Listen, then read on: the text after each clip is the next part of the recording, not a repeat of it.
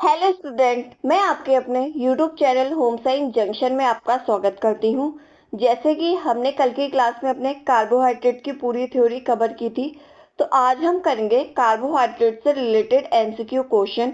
और ये जितने भी आपके कार्बोहाइड्रेट से रिलेटेड एमसीक्यू क्वेश्चन है वो आपके किसी न किसी एग्जाम में आए हुए हैं, चाहे आपका डीएसएसबी का एग्जाम हो या टीजीटी पीजीटी का एग्जाम हो या आपका बीपीएससी का एग्जाम हो या आपका एस्टेट का एग्जाम हो। तो सारी ये पीवाईक्यू हैं, तो इस क्लास को हम अच्छे से करेंगे। कल हमने थ्योरी पढ़ी थी, आज हम क्या करेंगे, इसके क्वेश्चंस करेंगे। तो कार्बोहाइड्रेट टॉपिक हमारा पूरी तरीके से कंप्लीट हो जाएगा। तो आज की क्लास को हम स्टार्ट करते हैं। फर्स्ट क्वेश्चन है, पूछा हुआ है आपसे, पॉलीसैकेराइड में निम्न शर्करा आती है। तो आपको ये बताना है कि पॉलीसैकेराइड में कौन कौन सी शर्करा आती है। ऑप्शन दिए हैं। फर्स्ट ऑप्शन है स्टार्च, सेकेंड ऑप्शन है पैक्टीन, थर्ड ऑप्शन है ग्लाइकोजन एंड लास्ट ऑप्शन है आपका उपरोक्त सभी। तो आपको ये बताना है कि राइट आंसर क्या हो जाएगा। ठीक है, क्या बताना है आपको कि राइट आंसर आपका क्या हो जाएगा। जिसने भी कल की थ्योरी वाली कार्बोहाइड्रेट की क्लास नहीं देखी हो वो उसको प्लेलिस्ट में जाके जरूर देख लीजिएगा, उससे आपके बहुत सारे कॉन्सेप्ट क्लियर हो जाएंगे। तो पॉलीसैकेराइड में आपका स्टार्च भी आ जाएगा, पैक्टीन भी आ जाएगा और ग्लाइकोजन भी आ जाएगा। तो इसमें ऑप्शन डी क्या हो जाएगा, आपका राइट आंसर हो जाएगा, यानी कि उपरोक्त सभी। क्लियर है आपको ये क्वेश्चन। नेक्स्ट क्वेश्चन देखते हैं हम। पूछा हुआ है, इनमें से कौन सा अधिक ग्लाइसेमिक सूचकांक अधिक आहार है। यानी कि आपको ये बताना है किसका ग्लाइसेमिक जो सूचकांक है, ग्लाइसेमिक इंडेक्स सबसे ज्यादा है। ऑप्शन दिए हुए हैं, कॉर्नफ्लेक्स का है, राजमा का है, सेब यानी कि एप्पल का है या ओट्स का है। तो दिए हुए ऑप्शन में से सबसे अधिक ग्लाइसेमिक सूचकांक वाला यानी कि सबसे अधिक ग्लाइसेमिक इंडेक्स वाला आहार क्या है, आपका कॉर्नफ्लेक्स हो जाएगा। क्या हो जाएगा, कॉर्नफ्लेक्स। तो ऑप्शन ए क्या हो जाएगा, आपका राइट आंसर हो जाएगा। नेक्स्ट क्वेश्चन देखते हैं हम। इस क्वेश्चन में पूछा है आपसे, निम्न में से आहारीय रेशे का सर्वोत्तम साधन क्या है। किसका, आहारीय रेशे का, यानी कि फाइबर का आपका सर्वोत्तम साधन कौन सा है। ऑप्शन दिए हुए हैं, हरे मटर हैं, अनाज है, ताजे खजूर है या भिंडी है।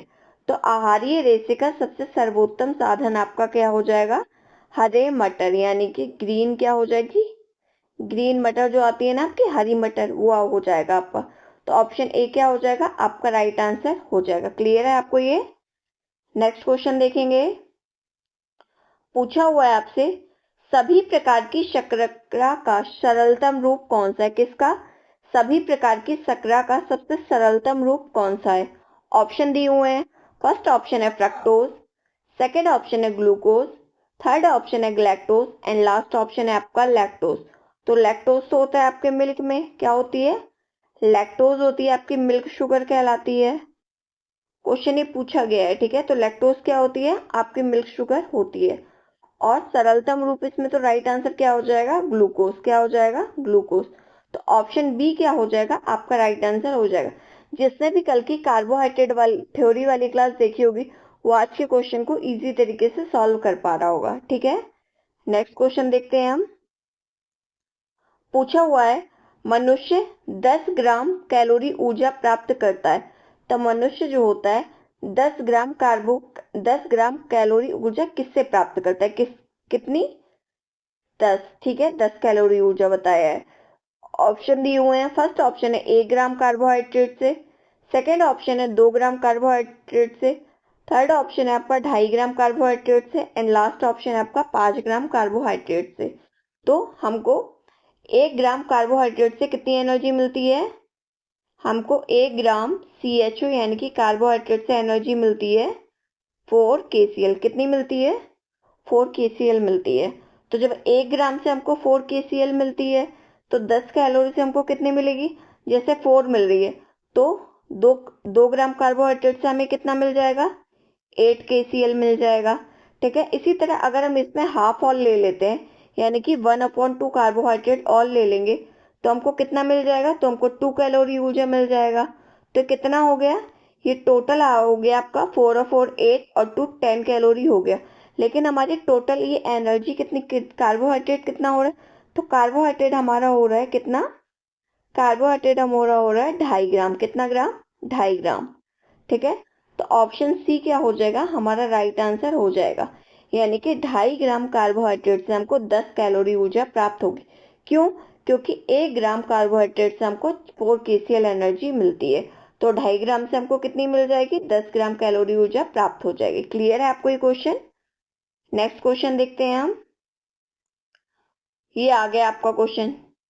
ठीक है, कार्बोहाइड्रेट का प्रत्येक ग्राम कितना देता है? ऑप्शन दिए हुए हैं, 4 कैलोरी देता है, 5 कैलोरी देता है, 7 कैलोरी देता है या 9 कैलोरी देता है। तो ये तो आपको पता है कि कार्बोहाइड्रेट प्रत्येक ग्राम कितना देता है, 4 कैलोरी देता है। तो ऑप्शन ए क्या हो जाएगा, आपका राइट आंसर हो जाएगा। ठीक है, क्लियर है आपको ये क्वेश्चन? अगला क्वेश्चन देखते हैं हम। पूछा हुआ है, शरीर को तुरंत ऊर्जा प्रदान करने वाला पोषक तत्व कौन सा है? कौन सा? शरीर को तुरंत ऊर्जा प्रदान करने वाला पोषक तत्व कौन सा है? ऑप्शन दिए, कल ये हाईलाइट करके भी पढ़ाया था मैंने आपको कि शरीर को तुरंत ऊर्जा प्रदान करने वाला कैसा पोषक तत्व है। तो आप खुद ही देख लीजिए, जो कल आपको कार्बोहाइड्रेट की थ्योरी पढ़ाई गई थी वो हर स्लाइड से आपके इसमें क्वेश्चन पूछे हुए हैं। तो वो क्लास आपके लिए बहुत ज्यादा इंपॉर्टेंट है, उस क्लास को आप लोग जरूर देख लीजिएगा प्लेलिस्ट में जाकर। ठीक है, तो शरीर को जो तुरंत ऊर्जा प्रदान करता है वो प्रोटीन करता है, वसा करता है, या कार्बोहाइड्रेट करेगा, या खनिज लवण करेगा। तो शरीर को तुरंत ऊर्जा प्रदान करने वाला पोषक तत्व होता है हमारा कार्बोहाइड्रेट। तो ऑप्शन सी क्या हो जाएगा, राइट आंसर हो जाएगा हमारा। इसे हम देख लेते हैं कि 1 ग्राम प्रोटीन से हमको कितनी एनर्जी मिलती है, 4 kcal एनर्जी मिलती है। 1 ग्राम वसा से हमको 9 kcal एनर्जी मिलती है और 1 ग्राम कार्बोहाइड्रेट से हमको 4 kcal एनर्जी मिलती है और खनिज लवण से हमको कोई भी एनर्जी नहीं मिलती है। ठीक है, क्लियर है आपको ये? नेक्स्ट क्वेश्चन देखते हैं हम। पूछा हुआ है आपसे, ब्रान किसका एक अच्छा स्रोत है? तो जो ब्रान होता है ना आपका, किसका एक अच्छा स्रोत है आपको ये बताना है। ऑप्शन दिए हुए हैं। फर्स्ट ऑप्शन है कार्बोहाइड्रेट और प्रोटीन का, सेकेंड ऑप्शन है कसैलापन और खनिज का, थर्ड ऑप्शन है आपका बी ग्रुप विटामिन या कसैलापन का, एंड लास्ट ऑप्शन है आपका बी ग्रुप विटामिन और प्रोटीन का। तो जो ब्रान होता है ना, ब्रान क्या होता है, ब्रान होते हैं गेहूं के छिलके या जो अनाज के आपके ऊपर की जो लेयर होती है ना, ऊपर के छिलके होते हैं, वो क्या कहलाता है, वो होता है आपका ब्रान। क्या कहलाता है आपका, ब्रान कहलाता है। किसका अच्छा स्रोत होता है वो स्रोत होता है आपका कार्बोहाइड्रेट और प्रोटीन का। किसका? कार्बोहाइड्रेट और प्रोटीन का अच्छा स्रोत होता है। तो ऑप्शन ए क्या हो जाएगा, आपका राइट आंसर हो जाएगा। क्लियर है आपको ये क्वेश्चन? आगे बढ़ते हैं हम। पूछा हुआ है आपसे, निम्नलिखित में से किसका प्रतिशत दूध में अधिक होता है? तो आपको ये बताना है, दूध में प्रोटीन अधिक मात्रा में पाया जाता है, या कार्बोहाइड्रेट अधिक मात्रा में पाया जाता है, या वसा अधिक मात्रा में पाया जाता है, या आपका खनिज अधिक मात्रा में पाया जाता है। तो जो दूध में प्रतिशत सबसे ज्यादा अधिक होता है कार्बोहाइड्रेट का होता है। कितना होता है दूध में? सबसे ज्यादा प्रतिशत कितने का होता है? कार्बोहाइड्रेट का होता है। दूध में कार्बोहाइड्रेट होता है लगभग 4.6%। कितना? 4.6% से लेकर 4.9% तक आपका कार्बोहाइड्रेट होता है। इसी में अगर हम प्रोटीन देखें तो प्रोटीन होता है 3.0 से लेकर 3.7% तक। ठीक है, इसी में अगर हम फैट देख लें, यानी कि क्या देख लें, वसा देख लें, तो वसा कितना हो जाता है, ये वसा हो जाता है हमारा 3.0 से 3.7 तक। क्या हो जाता है? वसा हो जाता है हमारा 3.0 से 3.7% तक। प्रोटीन जो होता है, प्रोटीन होता है हमारा 3.2 से 3.5% तक। क्या होता है? 3.5 से 3.2 से 3.5% तक क्या हो जाता है हमारा? प्रोटीन हो जाता है। तो आपको ये ध्यान रखना है। और जो जल की मात्रा होती है, जल होता है 87%। कितना होता है? दूध में जल की मात्रा होती है 87%। तो सबसे अधिक मात्रा आपको किसको देखने की मिल रही है? कार्बोहाइड्रेट की। तो कार्बोहाइड्रेट की मात्रा होती है आपकी 4.6 से 4.9 तक। फैट की मात्रा होती है आपकी 3.0 से 3.7 तक। इसी में अगर हम प्रोटीन को देखें तो प्रोटीन हो जाएगा 3.2 से 3.5 तक, और इसी में हमारा जल हो जाएगा 87%। ठीक है, क्लियर है आपको ये? नेक्स्ट क्वेश्चन देखते हैं हम अपना। पूछा हुआ है, शर्करा को वर्गीकृत किया गया है इस रूप में। यानी कि आपको ये बताना है कि शर्करा को किस रूप में वर्गीकृत किया गया है। विकारी खाद्य पदार्थ में, यानी कि जल्दी खराब वाले होने वाले जो होते हैं, या अर्धविकारी खाद्य पदार्थ में यानी कि जो थोड़ा देर से खराब होने वाले खाद्य पदार्थ होते हैं, या गैर विकारी खाद्य पदार्थ में यानी कि जिनको हम बहुत लंबे टाइम तक बचा के रख सकते हैं, या सुविधाजनक विकारी खाद्य पदार्थ में। तो जो शर्करा होती है, शर्करा को हम वर्गीकृत करते हैं किसमें? गैर विकारी खाद्य पदार्थ में, यानी कि शर्करा को हम कितना ज्यादा लंबे टाइम तक हम इसको सुरक्षित रख सकते हैं। तो ऑप्शन सी क्या हो जाएगा? आपका राइट आंसर हो जाएगा। ठीक है, क्लियर है आपको ये क्वेश्चन? नेक्स्ट क्वेश्चन पे बढ़ते हैं हम। अगर आप लोगों को क्लास अच्छी लग रही हो तो आप क्लास को लाइक कर दीजिएगा और कमेंट सेक्शन में अपना फीडबैक जरूर दीजिएगा। ठीक है, पूछा हुआ है शरीर में ऊर्जा का प्रमुख स्रोत क्या है? क्या शरीर में जो ऊर्जा का प्रमुख स्रोत होता है वो क्या है? ऑप्शन दिए हुए हैं। फर्स्ट ऑप्शन है वसा, सेकंड ऑप्शन है प्रोटीन, थर्ड ऑप्शन है कार्बोहाइड्रेट एंड लास्ट ऑप्शन है आपका उपरोक्त सभी। तो शरीर में ऊर्जा का जो प्रमुख स्रोत होता है ना, वो होता है आपका कार्बोहाइड्रेट। क्या हो जाता है? कार्बोहाइड्रेट हो जाता है। तो ऑप्शन सी क्या हो जाएगा? आपका राइट आंसर हो जाएगा। ठीक है, अगर देखा जाए तो वसा से हमको ज्यादा क्या मिलता है? ज्यादा ऊर्जा मिलती है, 9 kcal ऊर्जा मिलती है। पर जो वसा होता है ना, आपने देखा होगा कि अगर हम वसा यानी कि फैट का सेवन करते हैं, अगर जिस दिन आप लोग पूरी कचौड़ी खा लो तो उस दिन क्या होता है? आपका पेट ऐसा लगता है बहुत भरा भरा सा है, आपको भूख कम लगती है। ठीक है, तो प्रमुख ऊर्जा का स्रोत क्या कहलाता है? हमारा कार्बोहाइड्रेट हो जाएगा। नेक्स्ट क्वेश्चन देखते हैं हम। पूछा हुआ है भोजन में ऊर्जा का सबसे शांत स्रोत कौन सा है? कौन सा सबसे शांत स्रोत कौन सा है? ऑप्शन इन सबके सेम है, पर क्वेश्चन पूछने का तरीका चेंज है। इस टाइप के आपको 3 क्वेश्चन मिल चुके हैं। एक में पूछा गया था आपको त्वरित ऊर्जा क्या प्रदान करता है? त्वरित ऊर्जा कौन प्रदान करता है सबसे ज्यादा?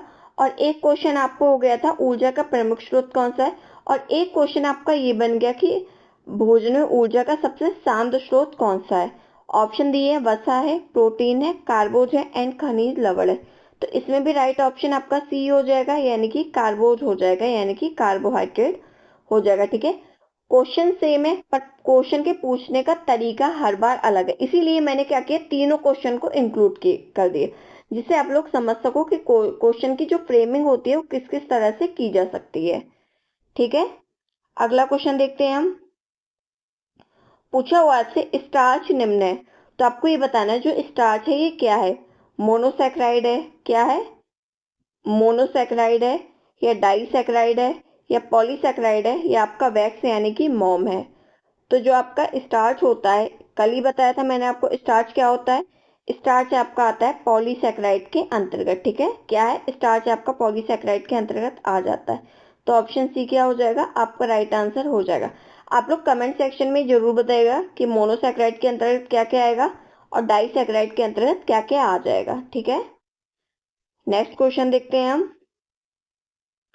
पूछा हुआ है पौधों का प्रमुख भंडारक पॉलीसैकेराइड है, तो पौधों का प्रमुख भंडारक कौन सा पॉलीसैकेराइड है आपको ये बताना है। ऑप्शन दिया हुआ है स्टार्च है, शक्कर है, कार्बोहाइड्रेट है, या वसा है।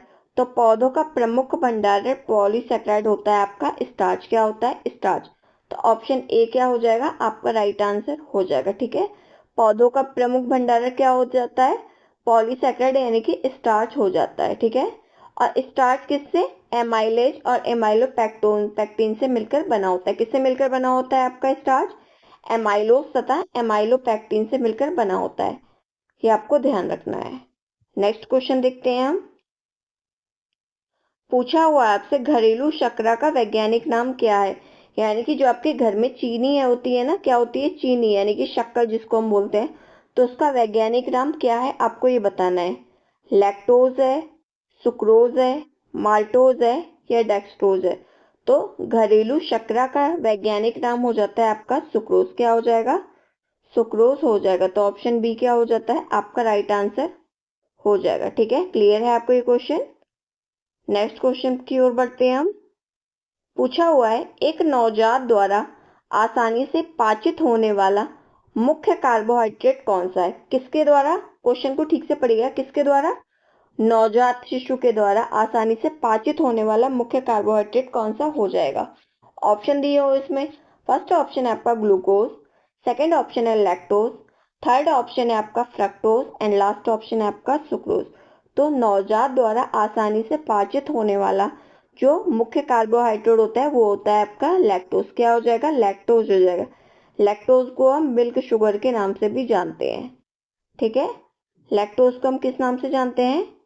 मिल्क शुगर के नाम से भी हम इसको जानते हैं। ये बात आपको ध्यान रखनी है। नेक्स्ट क्वेश्चन देखते हैं हम। पूछा हुआ है आपसे, संदर्भित भोजन के साथ तुलना में पोस्ट पेरिडियल रक्त ग्लूकोज प्रक्रिया पर आधारित भोजन के श्रेणीकरण डैश अभिसूचक क्या कहलाता है? ठीक है, क्या है? संदर्भित भोजन के साथ तुलना में पोस्ट पेरिडियल रक्त ग्लूकोज प्रतिक्रिया पर आधारित भोजन का जो श्रेणीकरण है वो कौन सा अधिसूचक कहलाएगा? ऑप्शन दिए हुए हैं। फर्स्ट ऑप्शन है फल, सेकेंड ऑप्शन है दुग्ध, थर्ड ऑप्शन है आपका वनस्पति एंड लास्ट ऑप्शन है आपका ग्लाइसेमिक। क्या है? थर्ड ऑप्शन है आपका ग्लाइसेमिक। तो इसमें राइट आंसर हो जाएगा आपका ऑप्शन डी, यानी कि ग्लाइसेमिक आपका राइट आंसर हो जाएगा। तो ग्लाइसेमिक अधिसूचक आपका कहलाता है। क्लियर है आपको ये क्वेश्चन? नेक्स्ट क्वेश्चन देखते हैं हम। पूछा हुआ है आपसे कार्बोहाइड्रेट के कार्य पूछे हैं। क्या पूछा है? कार्बोहाइड्रेट के आपसे क्या पूछा है? कार्य पूछा है। ऑप्शन दिए हुए हैं। फर्स्ट ऑप्शन है आपका प्रोटीन को अन्य कार्यों के लिए मुक्त करना, सेकंड ऑप्शन है ऑक्सीजन का परिवहन करना, थर्ड ऑप्शन है हड्डियों को स्वस्थ में बनाए रखना एंड लास्ट ऑप्शन है आपका उपरोक्त में से कोई नहीं। तो राइट आंसर बताना है कि राइट आंसर क्या हो जाएगा। तो कार्बोज का कार्य मैंने कल ही आपको बताया था इसकी थ्योरी वाली क्लास में। तो कार्बोहाइड्रेट का कार्य क्या होता है? प्रोटीन को अन्य कार्यों के लिए मुक्त करना। किसके लिए? प्रोटीन, यानी कि अपना कार्य सुचारू रूप से कर सके, इसलिए क्या करता है? कार्बोहाइड्रेट का कार्य होता है क्यों? अपना कार्य अच्छे तरीके से करे, तभी क्या करेगा? तभी प्रोटीन भी अपने कार्य को अच्छे तरीके से कर पाएगा। कार्बोहाइड्रेट का क्या कार्य होता है? शरीर को एनर्जी देना। प्रोटीन का मुख्य कार्य होता है शरीर की टूट फूट की मरम्मत करना। नेक्स्ट क्वेश्चन देखते हैं हम। पूछा हुआ है, एक व्यक्ति के सामान्य आहार में उपस्थित कार्बोहाइड्रेट संपूर्ण ऊर्जा को लगभग कितनी ऊर्जा प्रदान करता है? ऑप्शन दिए हुए हैं। फर्स्ट ऑप्शन है 15%, सेकेंड ऑप्शन है आपका 14%, थर्ड ऑप्शन है 20% एंड लास्ट ऑप्शन है आपका 60%। तो एक व्यक्ति के सामान्य आहार में उपस्थित कार्बोहाइड्रेट संपूर्ण ऊर्जा को लगभग कितने, किसमें पूछे? लगभग में पूछा है, यानी कि आपसे एवरेज में पूछा है। तो एवरेज कितनी ऊर्जा प्रदान करते हैं? एवरेज इज 60% ऊर्जा प्रदान करता है। ठीक है, कितनी परसेंट ऊर्जा? तो कार्बोहाइड्रेट 60% ऊर्जा प्रदान करता है। तो ऑप्शन डी क्या हो जाएगा? आपका राइट आंसर हो जाएगा। क्लियर है आपको ये? नेक्स्ट क्वेश्चन देखते हैं। पूछा हुआ है, प्रायः इसे फलों की शर्करा भी कहा जाता है। तो फलों की शर्करा किसे कहते हैं? ऑप्शन दिए हुए हैं। फ्रक्टोज को कहते हैं, ग्लूकोज को कहेंगे, सुक्रोज को कहेंगे या ग्लैक्टोज को कहेंगे।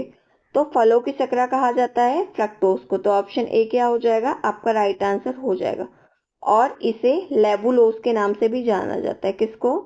फलों की शर्करा को या तो फ्रक्टोज कहते हैं या तो इसको किस नाम से जानते हैं? इसको लेविलोज के नाम से भी इसको जाना जाता है। ठीक है, किस नाम से? लेविलोज के नाम से भी जाना जाता है। तो आपको ध्यान रखना है, ये आपका इंपॉर्टेंट टर्म है। क्या? लेविलोज। ठीक है, क्लियर है आपको ये क्वेश्चन? नेक्स्ट क्वेश्चन देखते हैं हम।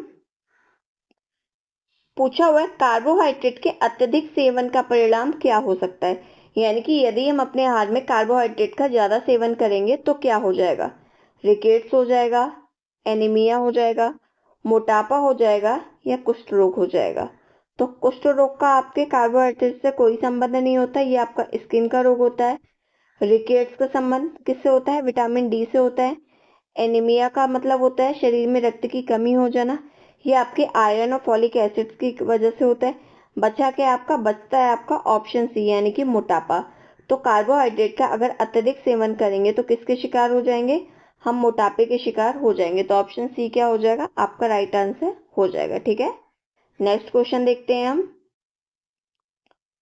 पूछा हुआ है आपसे, माइक्रोपॉलीसैकेराइड डैश के साथ संयोजन में प्रोटियोग्लाइन्स के रूप में पाए जाते हैं। ये आपका DSSB का प्रीवियस क्वेश्चन है। किसका क्वेश्चन है आपका? ये आपका DSSB का प्रीवियस क्वेश्चन है आपका। पूछा हुआ है आपसे, माइक्रोपॉलीसैकेराइड डैश के साथ संयोजन में प्रोटियोग्लाइन्स के रूप में क्या पाए जाते हैं? ऑप्शन दिया हुआ है। कार्बोहाइड्रेट पाए जाते हैं, प्रोटीन पाया जाता है, वसा पाया जाता है या आपका जल पाया जाता है? तो इसमें आपका ऑप्शन ए क्या हो जाएगा, राइट आंसर हो जाएगा।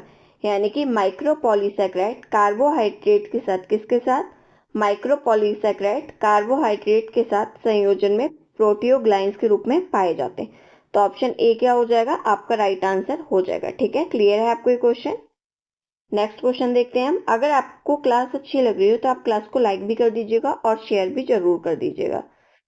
ठीक है, पूछा हुआ है इस क्वेश्चन में आपसे, ग्लाइकोप्रोटीन कार्बोहाइड्रेट के एक चर, क्या आ जाएगा, ये चर है, इधर चार नहीं है, ये आपका चर है, क्या आ जाएगा, ये आपका चर आ जाएगा। तो एक चर संगठन सहित जैव, इधर मैं दोबारा लिख देती हूँ, क्या हो जाएगा, ये हो जाएगा आपका चर। तो पूछा हुआ है क्वेश्चन में, ग्लाइकोप्रोटीन डैश कार्बोहाइड्रेट एक चर संगठन सही जैव रासायनिक दृष्टि से महत्वपूर्ण यौगिका को समूह है। कैसा, महत्वपूर्ण यौगिकों का समूह है। तो कैसा समूह है आपको ये बताना है। ऑप्शन दिए हैं 1 से 70%, सेकेंड ऑप्शन है 1 से 80%, थर्ड ऑप्शन है 1 से 90% एंड लास्ट ऑप्शन है आपका 1 से 100%। तो इसमें राइट आंसर क्या हो जाएगा, आपको ये बताना है। तो ग्लाइकोप्रोटीन जो होता है आपका 1 से लेकर 80%, कितना, 1 से लेकर 80% कार्बोहाइड्रेट का एक चर संगठन सही जैव रासायनिक दृष्टि से महत्वपूर्ण यौगिकों का समूह होता है। तो ऑप्शन बी क्या हो जाएगा, आपका राइट आंसर हो जाएगा। यानी कि 1 से लेकर आपका 80% तक इसमें आ जाएगा। ए भी आपका DSSB PGT का प्रीवियस क्वेश्चन है आपका। ठीक है, नेक्स्ट क्वेश्चन देखते हैं हम। पूछा हुआ है आपसे, मानव शरीर में स्टार्च के पाचन के लिए सर्वाधिक उत्तरदायी एंजाइम कौन सा है? किसके पाचन के लिए, स्टार्च के पाचन के लिए कौन सा एंजाइम उत्तरदायी है, किसमें, मानव के शरीर में? ऑप्शन दिए हुए हैं। फर्स्ट ऑप्शन है एमाइलेज है, सेकेंड ऑप्शन है फास्फेटेज है, सेकेंड ऑप्शन है फास्फोराइलेज है, थर्ड ऑप्शन, लास्ट ऑप्शन है आपका काइनेसिस है। तो मानव शरीर में स्टार्च के पाचन के लिए सर्वाधिक जो उत्तरदायी एंजाइम होता है ना, वो एंजाइम हो जाएगा आपका एमाइलेज। क्या हो जाएगा, एमाइलेज हो जाएगा। तो ऑप्शन ए क्या हो जाएगा, आपका राइट आंसर हो जाएगा। ठीक है, क्लियर है आपको ये क्वेश्चन? कौन सा, ऑप्शन ए आपका राइट आंसर हो जाएगा। अगला क्वेश्चन देखते हैं हम। पूछा हुआ है आपसे, सूक्ष्म अणु जो शरीर में बहुत जल्दी अवशोषित हो जाता है, कौन से सूक्ष्म अणु जो शरीर में बहुत जल्दी अवशोषित हो जाते हैं, वो क्या कहलाते हैं? पॉलीसैकेराइड कहलाते हैं, सेलुलोज कहलाते हैं, हेमीसेलुलोज कहलाते हैं या मोनोसैकेराइड कहलाते हैं? तो वो सूक्ष्म अणु जो शरीर में बहुत जल्दी अवशोषित हो जाते हैं, यानी कि एब्जॉर्ब हो जाते हैं, वो कहलाता है आपका मोनोसैकेराइड। क्या कहलाता है आपका, मोनोसैकेराइड कहलाता है। तो ऑप्शन डी क्या हो जाएगा, आपका राइट आंसर हो जाएगा। और जो मोनोसैकेराइड होता है, ये कार्बोहाइड्रेट का सबसे सरलतम रूप होता है। ठीक है, कौन सा होता है, सबसे सरलतम रूप होता है। पढ़ाया था ना आपको, पहले में क्या था, मोनोसैकेराइड, दूसरा था आपका डाइसैकेराइड, तीसरा था आपका पॉलीसैकेराइड। कौन सा, पॉलीसैकेराइड। नेक्स्ट क्वेश्चन देखते हैं। पूछा हुआ है, शरीर में ग्लूकोज की संग्रहित अवस्था कौन सी है? तो आपको ये बताना है कि शरीर में ग्लूकोज की जो आपकी संग्रहित अवस्था होती है ना, वो कौन सी अवस्था हो जाएगी? ऑप्शन दिए हुए हैं। फर्स्ट ऑप्शन है आपका ग्लिसरॉल है, सेकंड ऑप्शन है ग्लाइकोजन है, थर्ड ऑप्शन है ग्लैक्टोज है एंड लास्ट ऑप्शन है आपका ग्लूकागोन है। तो शरीर में ग्लूकोज की जो संग्रहित अवस्था होती है ना, वो होती है आपकी ग्लाइकोजन। ऑप्शन बी क्या हो जाएगा, राइट आंसर हो जाएगा। अगर हमने अपने शरीर में ऊर्जा यानी कि ग्लूकोज को अधिक मात्रा में ले लिया है, तो किसमें, ग्लाइकोजन में परिवर्तित हो जाती है। और परिवर्तित होकर संग्रहित कहाँ होती है, ये संग्रहित होती है हमारे लीवर में। कहाँ पे, लीवर में और मसल्स में, यानी कि मांसपेशियों में ये संग्रहित हो जाती है। तो ये बात आपको ध्यान रखनी है। ठीक है, नेक्स्ट क्वेश्चन देखते हैं अपना। पूछा हुआ है आपसे, निम्न में से कौन सा एक उत्तम कोलेस्ट्रॉल है, यानी कि कौन सा एक अच्छा कोलेस्ट्रॉल का अंश है, आपको ये बताना है। ऑप्शन दिए हुए हैं, कम डेंसिटी लाइपोप्रोटीन कोलेस्ट्रॉल, या सेकंड ऑप्शन है आपका बहुत कम डेंसिटी लाइपोप्रोटीन, थर्ड ऑप्शन है आपका उच्च density lipoprotein and last option है आपका ट्राइग्लिसराइड। तो आपको ये बताना है कि इसमें आपका राइट आंसर क्या हो जाएगा। ठीक है, तो कौन सा एक उत्तम कोलेस्ट्रॉल होता है? तो आपका अच्छा कोलेस्ट्रॉल जो होता है वो कहलाता है आपका एचडीएल लाइपोप्रोटीन। क्या कहलाता है? एचडीएल एचडीएल कहलाता है, यानी कि उच्च डेंसिटी लाइपोप्रोटीन। क्या कहलाता है? उच्च डेंसिटी लाइपोप्रोटीन कहलाता है, यानी कि एचडीएल की फुल फॉर्म हो जाएगी हाई डेंसिटी लाइपोप्रोटीन। क्लियर है आपको ये क्वेश्चन? नेक्स्ट क्वेश्चन देखते हैं हम। पूछा हुआ है आपसे ग्लाइकोलाइसिस प्रक्रिया में क्या होता है? क्या पूछा है? जो ग्लाइकोलाइसिस की प्रक्रिया होती है तो इस प्रोसेस में क्या होता है आपको ये बताना है। ऑप्शन दिए हुए हैं।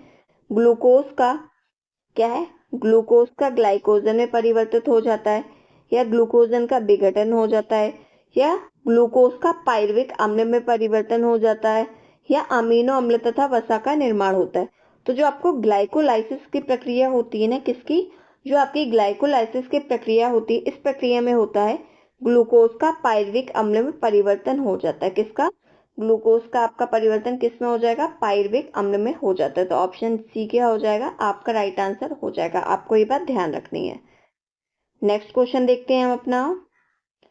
क्वेश्चन में पूछा हुआ है मानव शरीर के कौन से अंग ग्लूकोज को ग्लाइकोजन के रूप में संग्रहित रखते हैं? देखिए, मानव शरीर के कौन से अंग ग्लूकोज को ग्लाइकोजन के रूप में संग्रहित रखते हैं? ऑप्शन दिए हुए हैं। फर्स्ट ऑप्शन है आपका फेफड़े तथा आमाशय, सेकेंड ऑप्शन है यकृत एवं मांसपेशियां, थर्ड ऑप्शन है आमाशय एवं मांसपेशियां, एंड लास्ट ऑप्शन है आपका छोटी आंत एवं यकृत। ये आपको इस क्वेश्चन का आंसर अभी एक मतलब आपके प्रीवियस क्वेश्चन में मैं आपको बता भी चुकी हूँ। तो कौन सा ग्लूकोजन में ग्लाइकोजन के रूप में जब संग्रहित होता है तो कहाँ संग्रहित होता है? यकृत एवं मांसपेशियों में, यानी कि लीवर एवं मसल्स में संग्रहित हो जाता है। तो ऑप्शन जो बी होगा ये क्या हो जाएगा? आपका राइट आंसर हो जाएगा। ठीक है, नेक्स्ट क्वेश्चन देखते हैं हम। पूछा हुआ है आपसे लैक्टोज निम्न इकाइयों से निर्मित होता है। तो आपको ये बताना है कि जो लैक्टोज होता है ना, क्या होता है लैक्टोज, वो किस इकाइयों से निर्मित होता है। ऑप्शन दिए हुए हैं। फर्स्ट ऑप्शन है ग्लूकोज प्लस ग्लूकोज से, सेकेंड ऑप्शन है आपका ग्लूकोज प्लस ग्लैक्टोज से, थर्ड ऑप्शन है फ्रक्टोज प्लस ग्लैक्टोज से, एंड लास्ट ऑप्शन है आपका ग्लैक्टोज प्लस ग्लैक्टोज से।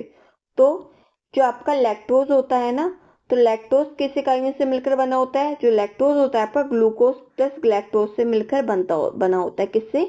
ग्लूकोज प्लस ग्लैक्टोज से आपका मिलकर बना होता है। तो ऑप्शन बी क्या हो जाएगा? आपका राइट आंसर हो जाएगा। क्लियर है आपको ये क्वेश्चन? नेक्स्ट क्वेश्चन देखते हैं। पूछा हुआ है आपसे निम्न में से मोनोसैकेराइड है, तो आपको ये बताना है कि मोनोसैकेराइड कौन सा है। ऑप्शन दिए सुक्रोज है, माड़ है, ग्लूकोज है, या सेलुलोज है।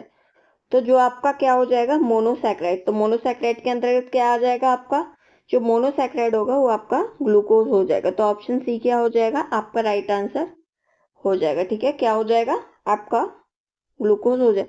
आपको बताया था ना, क्या बताया था आपको? मोनोसैकेराइड बताया था, डाइसैकेराइड बताया था, एंड पॉलीसैकेराइड बताया था। तो मोनोसैकेराइड के अंतर्गत क्या था आपका?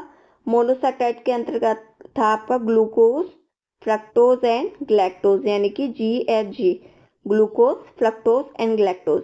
और डाइसैकेराइड के अंतर्गत था आपका सुक्रोज, माल्टोज एंड लैक्टोज, यानी कि SML, sucrose, maltose and lactose. और इसके बाद जो भी बचता है ना वो आ जाता है हमारा पॉलीसैकेराइड में। तो आपको ये ध्यान रखना है। नेक्स्ट क्वेश्चन देखते हैं हम। पूछा हुआ है आपसे निम्न में से कौन सा एक उत्तम कोलेस्ट्रॉल का अंश है। ये आपका क्वेश्चन रिपीट हो चुका है। ठीक है, ये क्वेश्चन आपका क्या हो गया? रिपीट हो गया। तो इसमें ऑप्शन सी हमारा राइट आंसर हो जाएगा, यानी कि HDL। तो HDL की फुल फॉर्म क्या थी हमारी? High density lipoprotein. ठीक है, क्लियर है आपको ये क्वेश्चन? तो आज की क्लास हमारी यही एंड होती है। तो कल हमने क्या किया था? कल हमने किया था CHO, यानी कि कार्बोहाइड्रेट से रिलेटेड हमने थ्योरी की थी, यानी कि कॉन्सेप्ट समझे थे। आज हमने इसके MCQ क्वेश्चंस कंप्लीट कर लिए अपने।